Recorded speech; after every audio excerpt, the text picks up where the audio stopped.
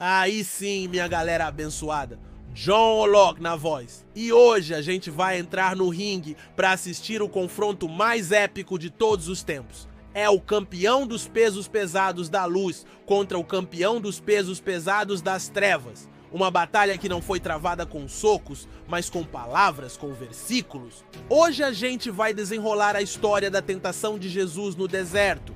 E vamos focar numa fita que buga a mente de muita gente. A única vez que o diabo usou a Bíblia contra Jesus e a resposta sinistra de Jesus, a gente vai ver como o inimigo, que é o pai da mentira, é tão malandro que ele usa a própria palavra de Deus, torcendo ela, tirando do contexto, para tentar nos derrubar. Se você quer aprender a se defender dos ataques do inimigo e a usar a espada do Espírito do jeito certo, já esmaga o like aí embaixo e se inscreve, porque a fita de hoje é uma verdadeira aula de batalha espiritual. Bora nessa! Pra gente entender essa treta, a gente precisa voltar um pouquinho. A gente tá lá no começo dos evangelhos, Mateus 4 e Lucas 4. Jesus, com seus 30 anos, acaba de ser batizado por João Batista. E que batismo, hein? O céu se abriu, o Espírito Santo desceu como uma pomba e a voz do Pai disse: "Este é o meu filho amado, em quem me comprazo." Que momento! Jesus foi afirmado publicamente como o Filho de Deus, cheio do Espírito Santo. O que a gente esperaria que acontecesse agora? Que ele saísse fazendo milagres, juntando multidões? Que nada!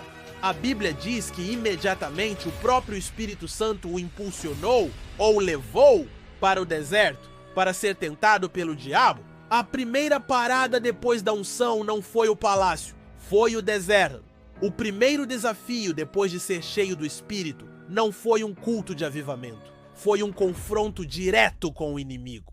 Deus permitiu que Jesus fosse testado no seu ponto mais vulnerável para provar que ele era o Filho de Deus, não só em palavras, mas em obras. Jesus ficou 40 dias e 40 noites no deserto, jejuando, e no final desse período, a Bíblia diz uma coisa muito importante: teve fome.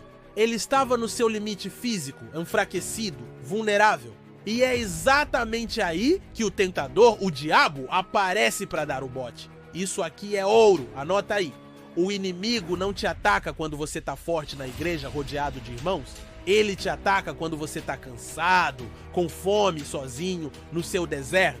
O diabo chega e lança o primeiro golpe, que parece até uma sugestão inocente. Ele diz: "Se tu és o Filho de Deus, manda que estas pedras se tornem em pães." Quebrada sinistra essa tentação. Se liga na malandragem, ele ataca a identidade de Jesus. Ele começa com: "Se tu és o Filho de Deus." Ele tá botando em dúvida a própria palavra que o Pai tinha acabado de declarar no batismo. É como se ele dissesse: "Ah, o Pai disse que você é o Filho? Prova aí então. Usa teu poder para resolver teu problema." Ele apela para uma necessidade legítima. Jesus estava com fome.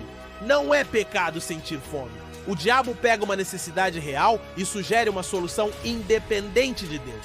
Você não precisa esperar o Pai te sustentar. Usa teu próprio poder. Resolve aí na tua força. É a mesma tentação de Adão no jardim. No Éden, a serpente disse para Eva: "Deus sabe que se vocês comerem, vocês serão como ele." Era a tentação de desconfiar da bondade de Deus e buscar satisfação fora do plano dele. E a resposta de Jesus? Ele não discute, não faz milagre para se exibir. Ele saca a espada do Espírito, a palavra de Deus. Ele responde citando Deuteronômio 8:3. Está escrito: "Nem só de pão viverá o homem, mas de toda a palavra que sai da boca de Deus." Pá! Nocaute! Jesus estava dizendo: minha fome maior não é a física, é a espiritual. Minha maior necessidade é obedecer ao meu Pai e não satisfazer a minha própria vontade. A minha vida depende da palavra dele, não do pão. Ele colocou a dependência do Pai acima da sua necessidade imediata. O diabo perdeu o primeiro round, mas ele não desiste. Ele leva Jesus para a cidade santa, Jerusalém, e o coloca no ponto mais alto do templo, o pináculo. E agora, meu parceiro, a parada fica doida. O diabo, que é o pai da mentira, decide usar a própria Bíblia para tentar Jesus. Ele diz: "Se tu és o Filho de Deus, lança-te daqui abaixo, porque está escrito: aos seus anjos dará ordens a teu respeito, e tomar-te-ão nas mãos para que nunca tropeces em alguma pedra. Salmo 91, o 11-12. Que malandro! Ele está usando a palavra de Deus. Ele está dizendo: Jesus, a própria Bíblia que você tanto ama, garante a sua proteção. Se você é o filho, confia na promessa. Pula! Imagina a cena! Você pulando do templo e os anjos te pegando no ar. A galera toda ia ver, ia virar notícia no jornal de Jerusalém. Todo mundo ia crer em você na hora. Seria o maior viral da história. Essa era a tentação do espetáculo, de forçar a mão de Deus, de buscar um atalho para a glória, de fazer um show gospel para impressionar a multidão, em vez de seguir o caminho humilde da cruz. Imagina que o filho do dono da maior empresa do mundo começa a trabalhar lá como estagiário. Ele quer provar seu valor. Um dia, ele sobe no telhado do prédio e ameaça pular, gritando para todo mundo: eu sei que meu pai me ama e não vai deixar nada acontecer comigo. Ele vai mandar um helicóptero para me salvar. Ele estaria usando o amor do pai, não por confiança, mas para se exibir, para testar o pai de forma arrogante. Moral da história: era isso que o diabo queria que Jesus fizesse? Testar a Deus! E a resposta de Jesus é uma aula de como usar a Bíblia do jeito certo. Ele não discute o versículo que o diabo usou, ele usa outro versículo para colocar o primeiro no contexto correto. Ele responde de novo citando Deuteronômio 6,16. Também está escrito: não tentarás o Senhor teu Deus. Pá, nocaute duplo? Isso aqui é ouro, anota aí. E é a maior lição de batalha espiritual. O diabo é um mestre em usar versículos isolados, fora de contexto, para justificar uma ideia torta. A nossa defesa é conhecer a palavra como um todo. É usar escritura para interpretar escritura. Jesus estava dizendo: sim, Deus promete proteção, mas ele também proíbe que a gente o coloque à prova de forma arrogante. A fé confia, ela não testa. O diabo, já meio desesperado, lança sua última e mais ousada cartada. Ele leva Jesus a um monte muito alto e, numa visão, mostra a ele todos os reinos do mundo e a sua glória, e faz a proposta mais tentadora de todas: tudo isto te darei, se prostrado me adorares. Quebrada sinistra. Pensa bem, Jesus veio ao mundo para ser o rei de todos esses reinos. A missão dele era essa. O diabo estava oferecendo a ele exatamente o que ele veio buscar. Era a tentação do atalho. É como se o diabo dissesse: Jesus, para que todo o sofrimento? Para que a cruz? Para que a rejeição? A gente pode resolver isso agora, na moral. É só um pequeno gesto. Ajoelha aqui rapidinho, me adora só por um segundo e eu te entrego tudo. Você pode ter o reino sem ter que passar pela cruz? Era a tentação de alcançar o propósito de Deus pelos métodos do diabo.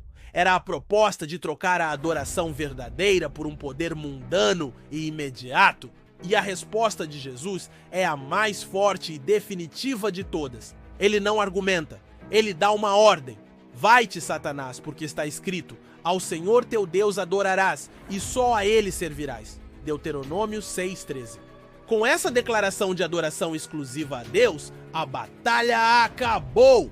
A Bíblia diz: então o diabo o deixou, e eis que chegaram os anjos e o serviam. E aí, minha galera, que confronto! A tentação no deserto não foi só um evento na vida de Jesus, foi uma demonstração de como a gente deve lutar as nossas próprias batalhas espirituais. O GPS da vida é a palavra, esquece. Para cada um dos 3 tipos de tentação que a gente enfrenta, as concupiscências da carne, o pão, a soberba da vida, o espetáculo, e as concupiscências dos olhos, os reinos do mundo, Jesus nos deu a arma e a estratégia. A arma é a palavra de Deus. Não é a nossa opinião, não é a nossa força de vontade, é o está escrito. A gente precisa conhecer a Bíblia para não ser enganado. A estratégia é a submissão ao Pai. Em cada resposta, Jesus se colocou debaixo da autoridade e da vontade do Pai. Ele venceu a tentação não como Deus, mas como um homem perfeito, cheio do Espírito e submisso à palavra. A vitória de Jesus no deserto foi a nossa vitória. Ele venceu onde o primeiro Adão no jardim falhou. Ele provou que era o filho obediente, o cordeiro sem defeito, qualificado para ser o nosso Salvador. Agora quero ouvir o seu papo reto. Qual dessas 3 tentações você acha que mais pega a gente hoje em dia? E a forma como Jesus usou a palavra de Deus te inspira a estudar mais a Bíblia para estar preparado para a batalha? Solta o verbo nos comentários. E se essa aula de batalha espiritual te fortaleceu, já sabes, né? Dá aquela moral monstra, curte, se inscreve e ativa o sininho. Tamo junto nessa luta. Paz!